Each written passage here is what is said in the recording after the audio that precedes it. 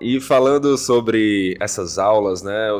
Você faz tempo que dá aula, inclusive foi meu professor no seminário, e eu acho que o assunto apologética sempre está ali permeando algumas das aulas que você dá, né? Você dá aula de filosofia, você tem formação, estudos bastante na área, e isso é uma questão que é bem interessante para a nossa época, porque a gente vive numa época onde a verdade é relativizada e a gente muitas vezes tem que cair no assunto da apologética. Mas aí eu acho bom justamente a gente começar definindo o termo para aqueles que ainda não estão tão familiarizados. Então vamos começar por aí. O que é apologética, Felipe? Falando um pouquinho aqui da minha experiência com aulas, eu já estava acostumado a ensinar apologética para o pessoal da pós-graduação, né? Mas esse semestre, curiosamente, é a primeira vez que eu estou ensinando apologética para o pessoal do seminário. Então, a turma do Legal. quarto ano lá está estudando exatamente essa disciplina nesse semestre comigo, lá no JMC.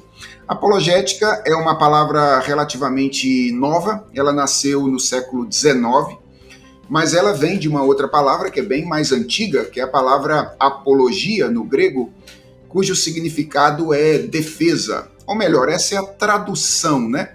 A tradução mais comum da palavra apologia é defesa. Mas, na verdade, a palavra ela é a junção de duas outras, ou de uma palavra e de um prefixo, logia e apo, que significa discurso que afasta. Literalmente, esse é o significado da palavra. E é porque era o discurso que um acusado proferia no tribunal, geralmente no mundo antigo, com a finalidade de afastar de si as acusações que ele estava sofrendo. Então é por isso que a palavra significa discurso que produz afastamento ou discurso que afasta, porque a ideia era de alguém que estava sendo acusado e tinha então a oportunidade de afastar de si essas acusações. Mas, de maneira geral, a palavra acaba sendo traduzida por defesa. Apologia é uma palavra que chegou na nossa língua, né? Então ela existe na língua portuguesa quase que idêntica à pronúncia e à escrita lá no grego, obviamente se transliterado.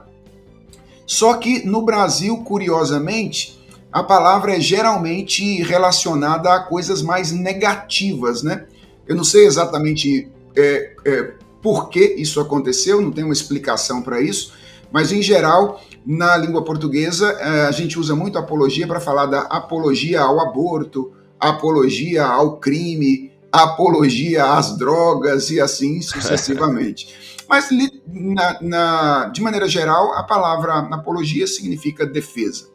E apologética é o campo da teologia que reflete, estuda sobre a maneira como, ao longo da história, a fé cristã foi defendida das acusações que ela sofreu durante o seu desenvolvimento. Então, a fé cristã sempre se desenvolveu em um ambiente de tensão, ora um ambiente de maior tensão, ora de menor tensão, mas ele sempre foi um ambiente de tensão, e sempre existiram pessoas que se levantaram para afirmar a legitimidade da fé e do comportamento cristão diante de críticas que inimigos da fé eventualmente faziam à fé e ao comportamento cristão. Esses indivíduos ficaram conhecidos como apologistas ou apologetas, e a disciplina que lida com esse procedimento e com esse modo de defesa ficou conhecida como apologética. Então, na verdade, Saul, para a gente ser muito rigoroso, a gente até poderia fazer uma distinção entre a apologia e a apologética para se referir ao procedimento prático de defender a fé como a apologia e ao campo que lida com esse procedimento como a apologética. Mas, na verdade, depois que a palavra apologética surgiu no século XIX, ela acabou engolindo a palavra apologia, sabe? Então, a gente fala tanto do procedimento quanto da disciplina hoje usando a palavra apologética. Mas eu acho que é bom que as pessoas que estão nos ouvindo percebam essa distinção. A apologética pode ser tanto alguma coisa que a gente faz, quanto alguma coisa que a gente estuda, tanto um procedimento quanto um campo do conhecimento.